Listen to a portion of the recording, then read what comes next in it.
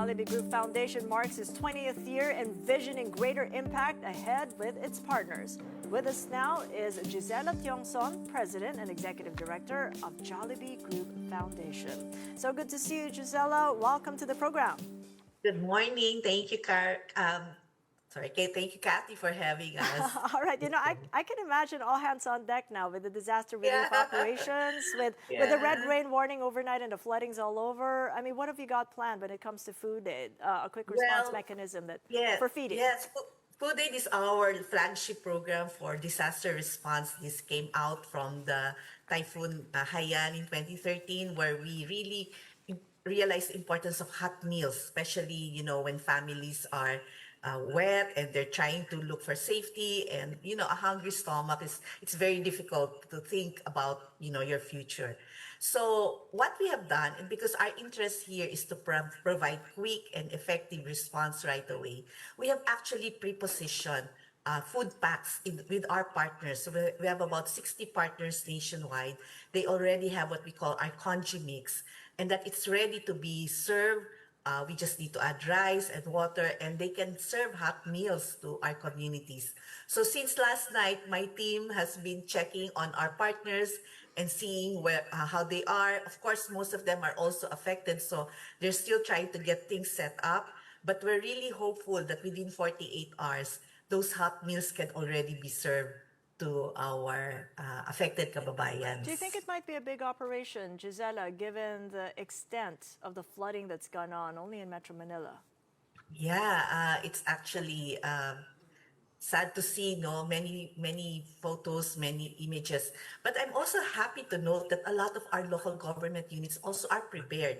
You can see that many of them are already pre-positioning also the emergency shelter, the evacuation center, and that's really good. I'm really happy that everyone is on their toes in this difficult period. Marikina, I heard, was already doing preemptive evacuation last night. So that puts us in a much better position this time around. Secretary Gary Teves and I were just talking a moment ago about the importance of making resilient our economy, and a big part of that is agriculture. A significant issue for farmers is how they can be more resilient against these climate-related impacts. So what are the foundation's efforts towards that end, with food as a core product of the business? Right.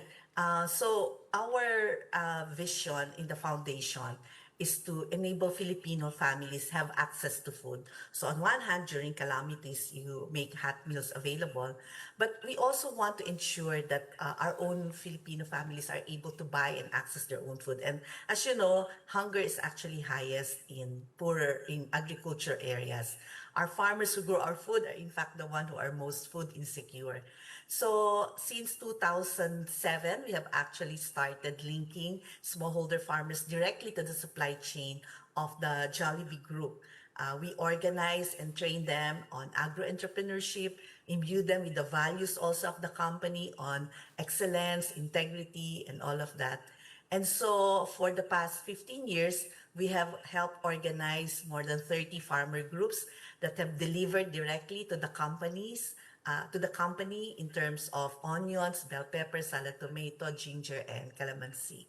And we're very happy that that has really ensured, a sure market for the farmer is very important, because now he can start planning for the future.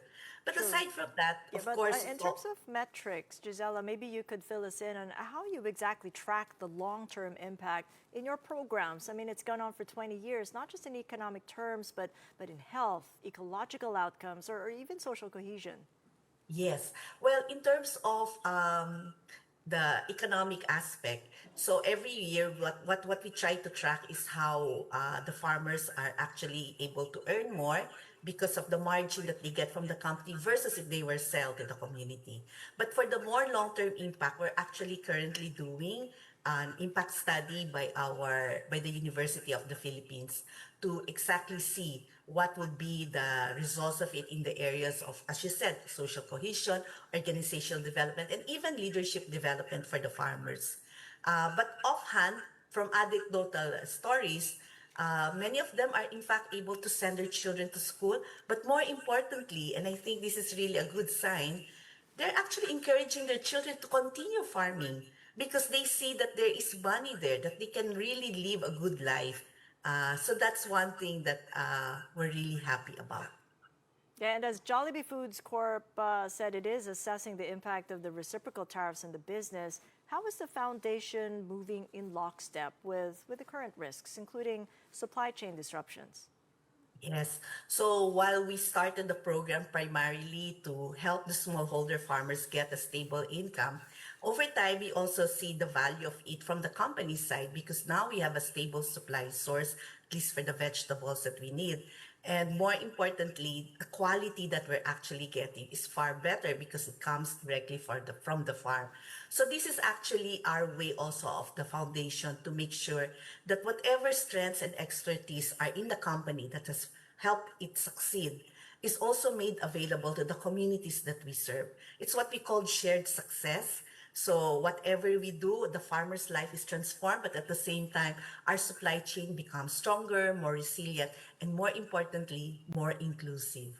Well, do take care with you and your team going out there and beginning the relief operations with Typhoon Crising and the Habagat. Thank you so much for Thank joining us. you. Gisela Tiongson of Jollibee Group Foundation.